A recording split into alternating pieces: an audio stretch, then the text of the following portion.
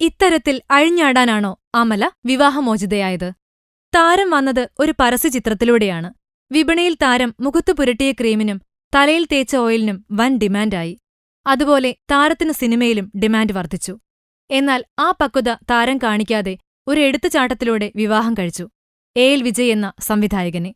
ഏത് ഡ്രസ്സിലും ക്യൂട്ടായ അമല ഒരിക്കലും മാന്യതയ്ക്ക് പുറത്തായിരുന്നില്ല. എന്നാൽ വിവാഹശേഷമാണ് താരം വൾഗർ വേഷത്തിലേക്ക് ചുവടുവെച്ചത്. ആ ഒരു കാരണത്താലാണ് വിജയുടെ വീട്ടുകാരുമായി ആദ്യ വെടിപൊട്ടിയതെന്നാണ് വാർത്ത. പിന്നാലെ വിവാഹമോചനവും. ആ മോചനത്തിനു ശേഷം അമല അർമാദിക്കുകയാണ്.